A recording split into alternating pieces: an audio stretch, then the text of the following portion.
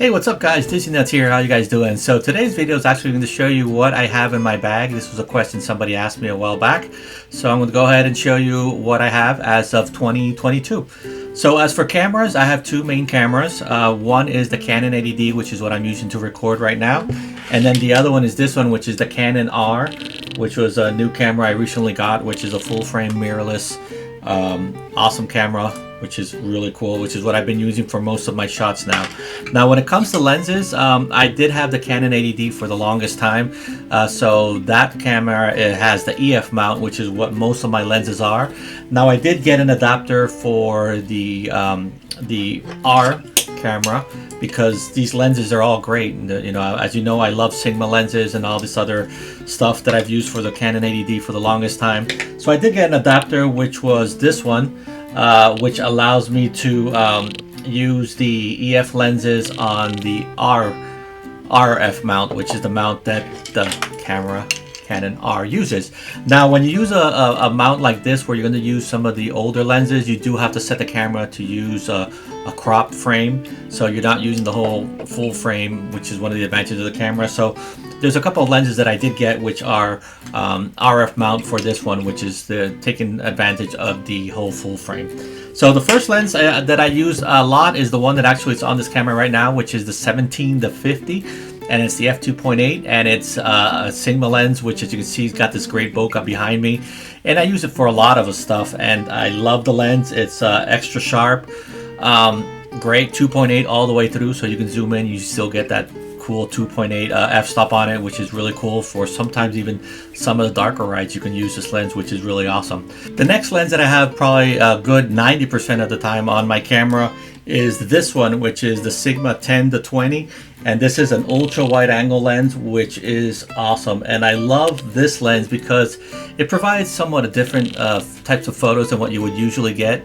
You get a wider shot of the stuff, and it just looks really cool and somewhat breaking out of what different types of shots that everybody does with a regular lens. Now, this one, the only disadvantage is that it's a 3.5 f-stop, but it's still great for all types of shots. And I that do night photography, when it comes to the f-stop, you're going to be using a tripod, so it works great. And I love this lens. And again, it's a Sigma. I love Sigma lenses, as you know.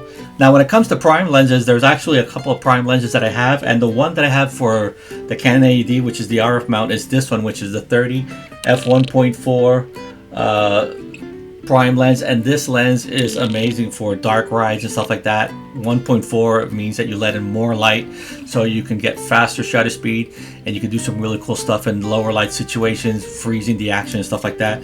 And this one, to be honest with you, I like better than the nifty 50 because it's somewhat more of a natural distance. Now remember, when we're talking about crop sensor lenses, even though it says 30mm, it's actually a bit more because you have to multiply the factor of the crop lens. In this case, it's 1.7 or 1.6. So what is a 30mm comes up to being like a 46, stuff like that. And then when you're talking about the 50, comes up even more. So I think that the 30 is a really good mix if you're shooting with a crop sensor camera, and 1.4 is just awesome. Now, this one, of course, is a little bit more expensive than the nifty 50 out there that Canon has, but it's well worth the price if you ask me. Now, another prime lens that I have is this one, which I'm hoping to do a review soon. And this one is actually for the RF mount, and this is the Viltrox 85mm 1.8. And this one I bought because I wanted to get something that was, you know, somewhat zoomed in, you know, if that makes any sense, a little closer than the standard lens. But I didn't want to get the 70-200, which is what everybody has, plus that we're talking a couple $1,000, which I do not have. So something like this is somewhat perfect, to be honest with you. I've been playing with this one for the last couple of weeks, and it is really cool. I hope to hopefully do a video of this one soon so you can see it. And this is, like I said, the Viltrox 85mm 1.8 for the RF mount. So this is a full frame lens for the camera. Then when it comes to fisheyes, because you know I love fisheye shots, I actually have two of them. I have the one that I have for my Canon 80D, which is this one, the Optica 6.5 3.5 f-stop, and this one's awesome. I love this lens. I've actually had two of them. The first one broke, and I liked it so much I ended up buying a new one, and this was only like 150 bucks for the crop sensor, the 80D that I have, and it's awesome. Only downside of this fisheye, and most of them, is that they're all manual, but once you know what the settings are, you're good to go. Then on the other hand, I do got a fisheye for the RF mount, which is for the full frame, and this is a TT Artisan, and actually did a review for this one. So if you want to go ahead and check that out, this lens is really cool. And again, since it's full frame, you get some really cool sharp shots. And this lens is what I've been using for a lot of stuff, because even though it is a fisheye, you can still crop some of the corners and get a really good ultra wide angle effect on it. So this lens is really good. And then as for other lenses, the ones that I don't use too much, for example, is this one, which is the 75-30, which is my kit lens that came when I first bought my Canon T3 Rebel. And even though it's 70-300, and you know, the really good range if you're looking for stuff with parades, for day stuff it's great, just that I find it's not as sharp as some of the other ones. Now if your photos are going to Instagram or something like that, then this is more than enough than what you need.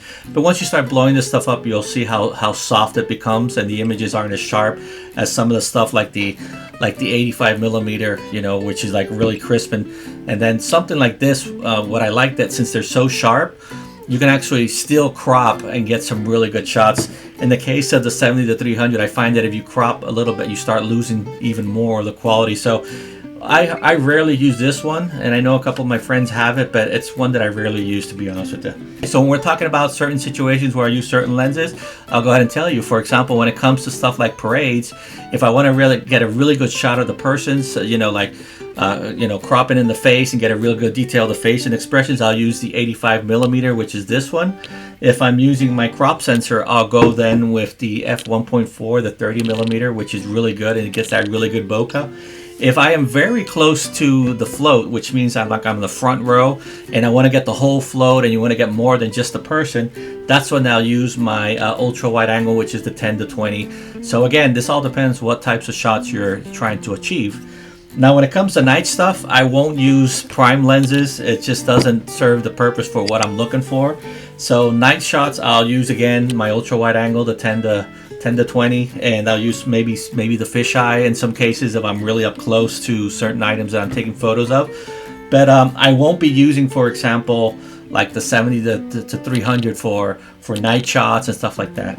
Now when it comes to fireworks, I will be using the lens that I have on this camera right now, which is what I call my regular lens, which is 17-50, because remember, the fireworks are pretty far away, and if you shoot something with like a fisheye, you're really far back, the fireworks are going to look really far away, and it's going to look really weird, and it's going to feel like there's stuff missing in the image, and it's not going to be as impacting when you put those fireworks shots. So when shooting fireworks, make sure you zoom in as most as possible and fill in the whole frame, because it gives the more effect of the fireworks. And one tip on that is to always include something like a building or a structure, because it makes it show that the fireworks are really big. Okay, so that's it. That's all I have in my bag and all the lenses that I have that I use for my photos.